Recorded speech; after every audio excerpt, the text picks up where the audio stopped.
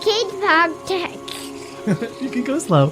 A kids podcast about.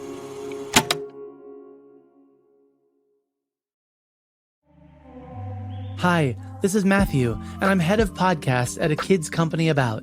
We are so glad you're listening to this show, and I wanted to let you know that we've got an entire network of podcasts dedicated to producing original content that talks up to kids, centers the things going on in their world, and engages and challenges how they see the world and themselves. With shows about facts, climate justice, current events, and activism, there's a show out there made just for your kid. Check out the A Kids Podcast About channel on Apple Podcasts or wherever podcasts are found, or visit akidsco.com.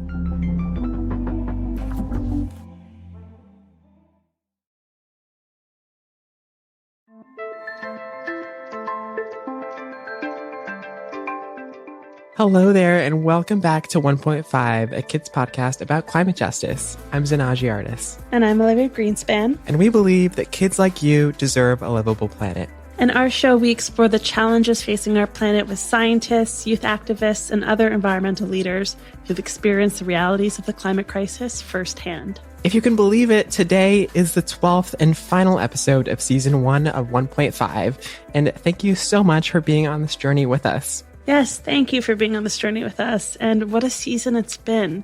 We will share some closing thoughts with you at the end of the show, but for now, we are just so excited because we're taking a different approach to this closing episode, and if I do say so myself, it is such a treat. Such a treat, yes.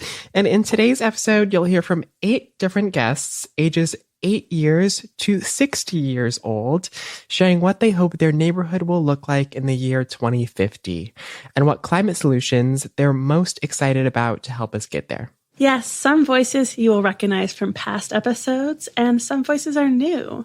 We heard from listeners across the United States about their vision for the future and what they see happening today to help get us there, as well as what role they hope to play in the future. Thank you to all who contributed. We hope you enjoy listening as much as we did.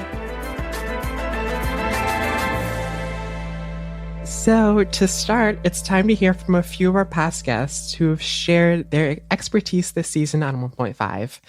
We asked guests to respond to the following prompt. What climate solutions of the present are you most excited about?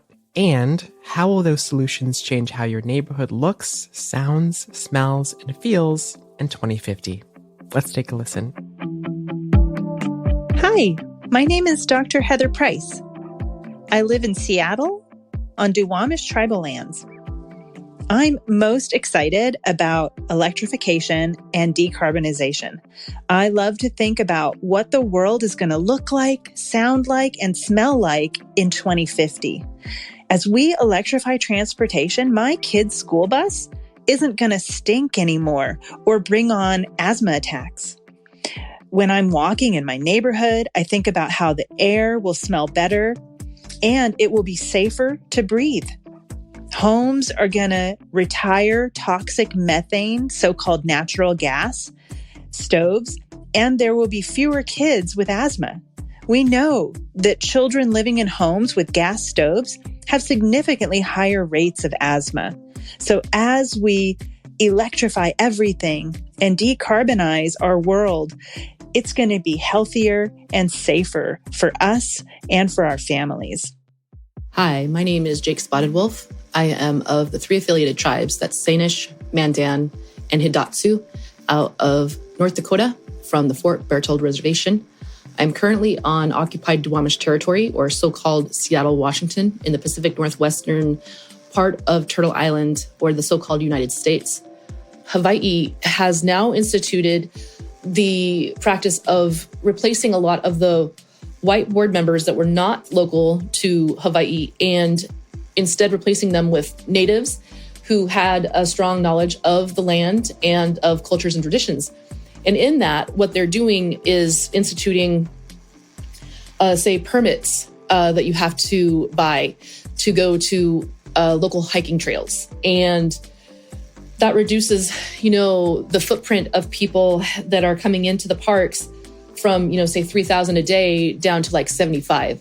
And the impact that will have on the local ecology on, the birds that nest there, that feel safe enough to nest there because they don't see all this traffic from human beings and therefore, fear that their eggs could get stolen. And that will impact their climate long term because they are focused on making sure that the ecology thrives and making sure, that people are wearing reef-safe sunscreen.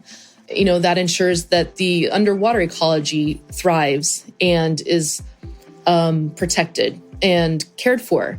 And that they're, asking for a fee when you come to the island that goes back into the Environment Fund.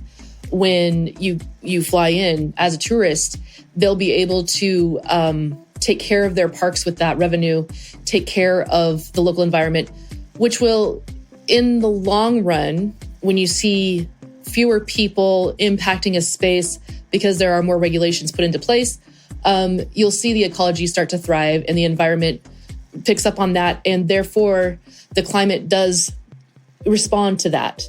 And I think that that's an important discussion right now, letting the world know that there are people that know how to steward their land and how that positively impacts climate is a really important discussion. Hi, my name is David Montgomery, and I live in Seattle, Washington. The climate solutions of the present I'm most excited about now are electric cars and the potential to build up soil carbon. What will that do in terms of my own neighborhood? Well, and other people's neighborhoods and our global neighborhood? It could mean more healthy trees and flowers and vegetation in our lives and less exhaust. I'm happy about all of that. I loved how Dr. Price mentioned that her kid's school bus isn't going to stink or bring on asthma attacks. It echoed what Dr. Price mentioned in our interview with her on episode 3. She mentioned that her vision for a climate-just future meant actually hundreds of more people per day simply living from not burning gasoline and coal and diesel and oil in our homes. And I also really appreciated Jake, who we spoke with on episode 9, highlighting structural changes like Hawaii starting to replace white board members not local to the land with natives who have strong local knowledge, both of the land but also of local culture and traditions. And of course, Dr. Montgomery wouldn't be Dr. Montgomery if he didn't mention building up soil carbon, which he explained in episode 11 as a great and totally underappreciated solution to the climate crisis. I really can't recommend learning about soil carbon enough. Absolutely. From Jake, I loved hearing about the inclusion of Indigenous peoples in government and decisions about ecology and our environment in a way that actually supports Indigenous sovereignty and promotes climate justice.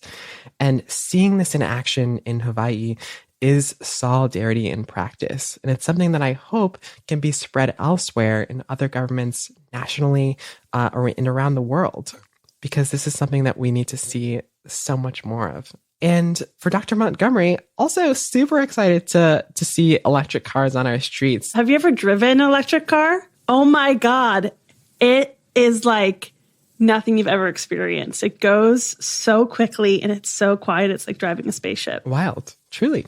And honestly, I'm even more excited about the potential for high-speed rail and public transit. To think that we could get places anywhere in the country with no emissions so fast, faster than we've ever traveled in cars, is, I think, another really exciting possibility. And these are all very exciting solutions and visions for 2050 from some of our guests from this season. And we'll hear more audio, this time from listeners ages 8 to 17, right after this quick break.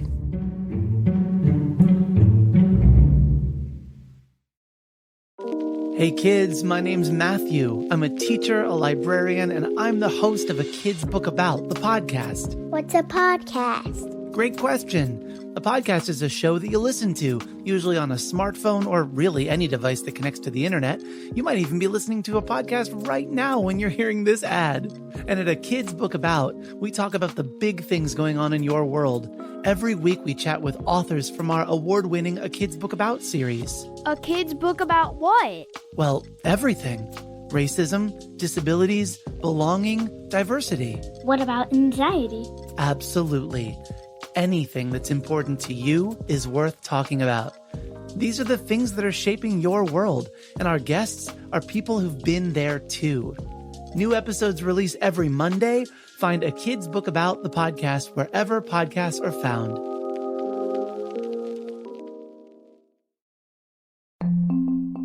know that you confront big questions about what to do, what to say, and how to respond. Asking for advice from friends and classmates is a great way to help inform your own decision-making choices. And it's okay to ask. That's why we're making this show. What if somebody says something mean to you? It makes me feel unsafe. What happens if you go to school and you miss your family? We want to provide a safe space for you to ask questions and also get advice. One time at recess. One time at school. There was this person at recess, and they used to make me upset. This is It's Okay to Ask, a kids' advice podcast. I'm your host, Nina Purewal. Let's hear some advice.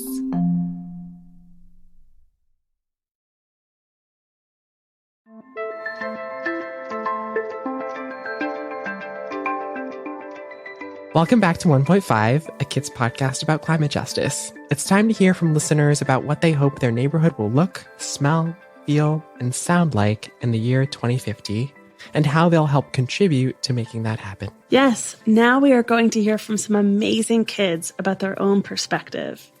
We asked these guests to respond to the following 3 questions. Number 1, what do you hope your neighborhood will look, sound, smell, and feel like in 2050? 2, what actions need to happen today in order to accomplish this? And 3, what role do you think you'll play in making this happen? Let's take a listen to what these kids hope their neighborhood will look, sound, smell, and feel like in 2050.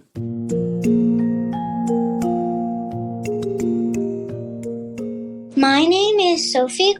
I am 8 years old. In the year 2050, I will be 37 years old. I live in Rhode Island. I want my neighborhood to look like a beautiful place where everybody can feel safe.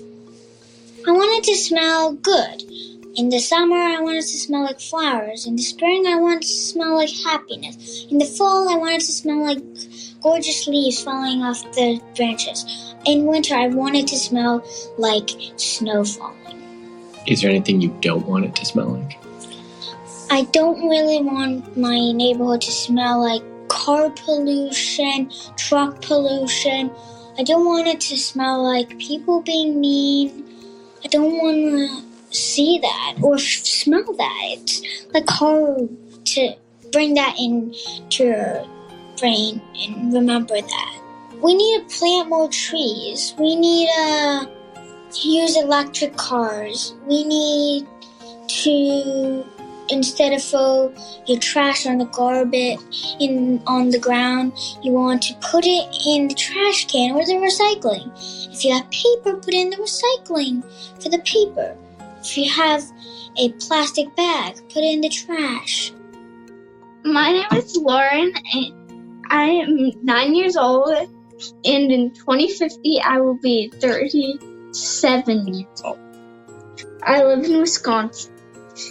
For the first question, I hope my neighborhood would look like there would be more trees and solar panels, and the air would smell cleaner than ever. And the way to achieve that is by planting more trees, adding more solar panels, and using less energy. Hi, my name is Annabelle. I am 10 years old, and in the year 2050, I will be 38 years old. I live in Wisconsin. In 2050, I hope my neighborhood will look clean. No trash in the streets, more people walking or biking rather than driving, more plants and gardens, and more animals. I hope I hear dogs barking, birds chirping, bees buzzing, and people laughing. I hope I smell flowers and other plants. I hope it will feel peaceful and calm in my neighborhood.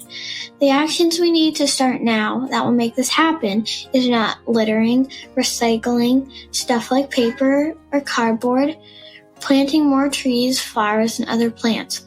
Also, you can try eating less beef. Cows burp out something called methane. This will go into the atmosphere and create something almost like a greenhouse covering Earth. The heat inside the atmosphere will stay trapped inside and it will build up. That is one thing that causes global warming. But if we eat less beef, there will be less of a need for cows. My name is Nathan. I'm 11 years old, and in the year 2050, I will be 40 years old. I live in Maryland. I hope that my neighborhood would look clean, and it wouldn't be polluted, and it would have a lot of trees and grass. Basically what it looks like now, but futuristic. Today we need to stop pollution and carpool and all the stuff that stop doing the stuff that are increasing climate change.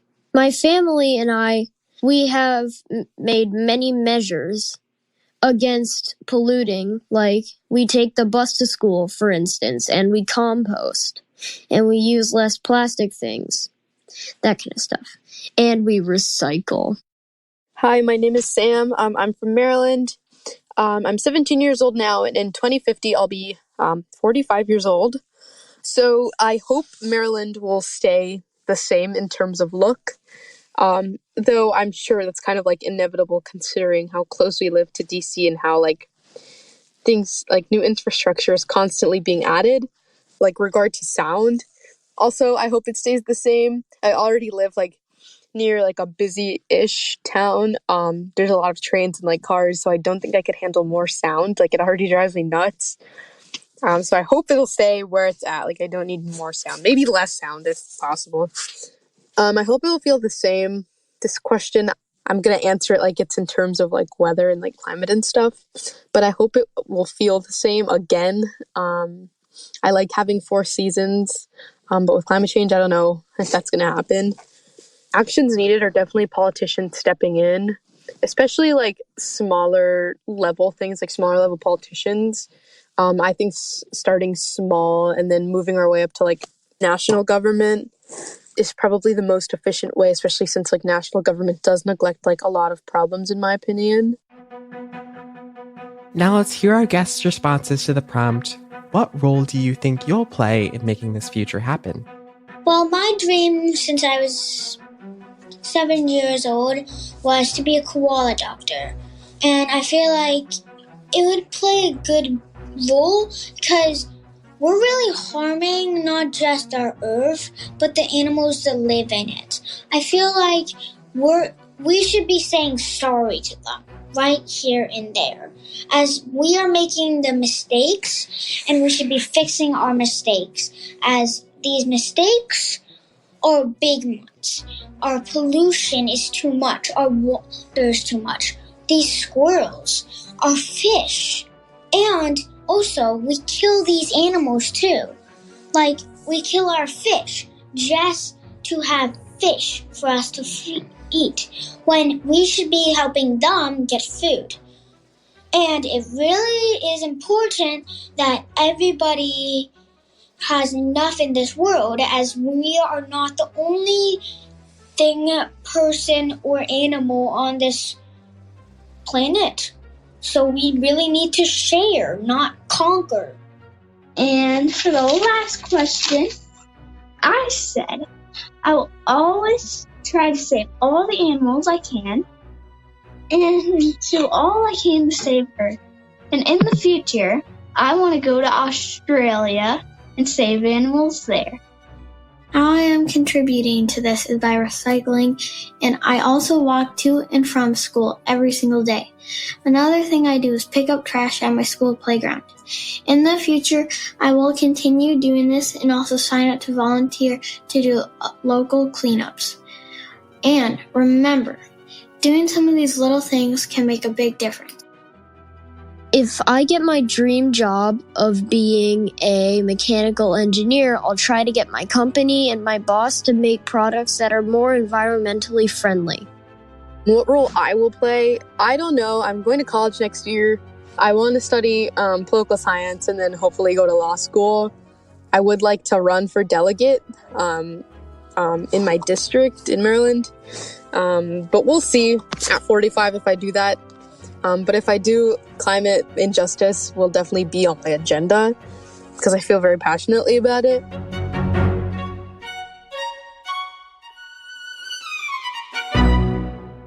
So there's so much in these responses as well. I love how Sophie said that she wants it to smell like happiness in the summer and doesn't want it to smell like being mean, people being mean. And that is so incredible because I think it picks up on something we've been talking about this season, which that means no environmental racism.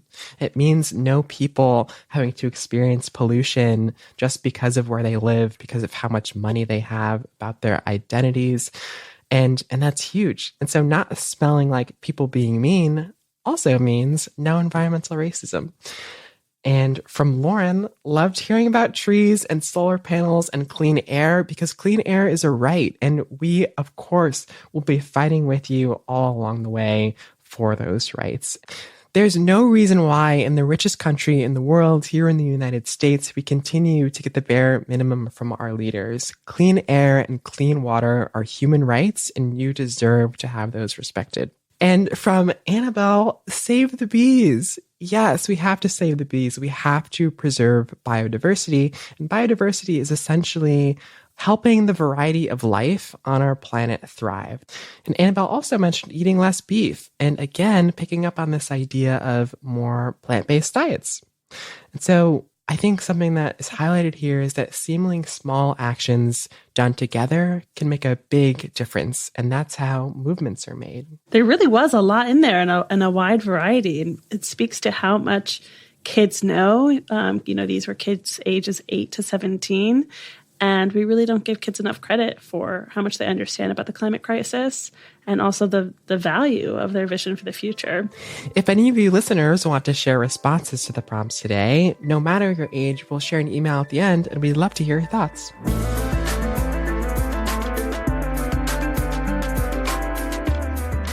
And with that, that's a wrap on today's episode and Season 1 of 1.5. Thanks so much for being on this journey with us.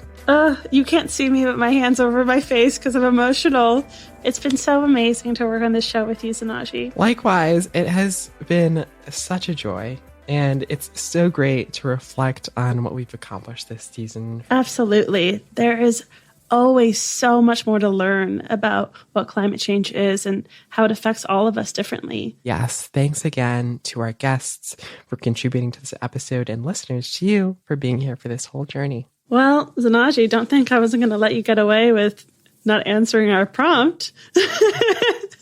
What climate solutions of the present are you most excited about? And how will those solutions change how your neighborhood looks, sounds, smells, and feels in 2050? I'm excited for millions of people to have access to nature, to our national parks here in the U.S. and so many other places in the country through high-speed rail that runs on electricity.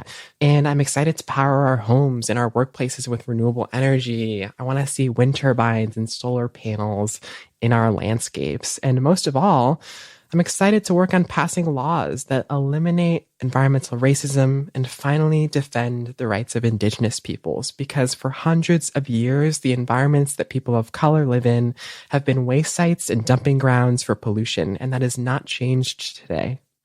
Climate justice means ending all pipelines. It means transitioning coal energy to renewable, carbon dioxide emission-free energy. It means restoring biodiversity. Climate justice also means creating an entire global system of living based on sustainability and sharing our environment with other life on Earth. And so what does that new world look, sound, smell, and feel like in 2050? It looks like every kid on the planet being able to play outside and breathe fresh air and have access to clean water. It is a world where the smell of exhaust from trucks and power plants is a distant memory. It is a sustainable world that allows us to continue preserving our planet for generations of people to live on planet Earth after us. So that is my vision. And what about you, Olivia? Wow, that's such a beautiful response. And as for the question, climate solutions, I'm excited to touch my life personally. Right now I live and work in Manhattan, and I am most excited about buildings being decarbonized because right now over 70% of New York's greenhouse gas emissions actually come from buildings. 70%. That's according to the Mayor's Office of Sustainability. Things like decarbonized buildings and, of course, electric cars will not only prevent even more climate change, but they will also make the air in New York so much cleaner to breathe, especially in the most dense and underserved communities.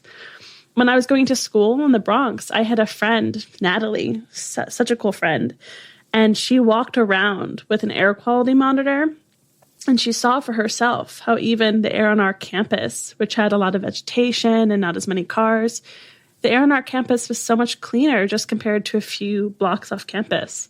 And that's simply unacceptable. So all of this to say, in the future, I hope my neighborhood smells like clean air and vegetation. I hope it sounds like people having conversations with friends and kids playing. I hope I see trees and electric buses and safer bike lanes. And I hope I feel safe, healthy, and supported.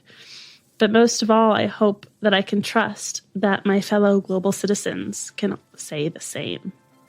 Like our very wise friend Sophie said, "We are not the only thing, person, or animal on this planet. So we really need to share, not conquer."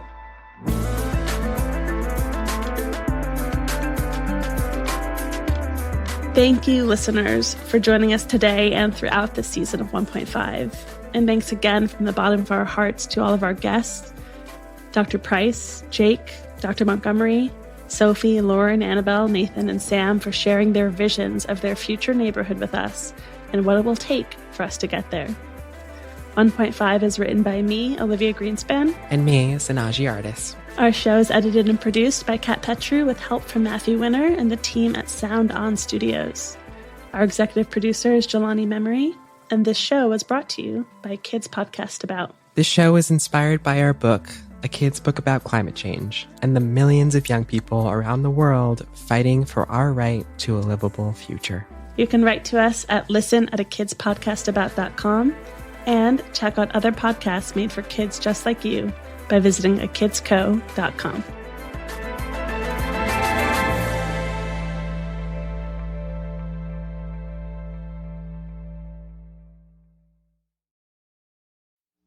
A Kid's Book About is now a Kids Company About, empowering a generation of kids through diverse storytelling. Visit akidsco.com and explore a wealth of books, podcasts, and classes for kids of all ages. While you're there, check out A Kid's Class About, an all-new education streaming platform designed for tweens and teens, focused on careers, life skills, and big ideas. Visit akidsco.com for more information.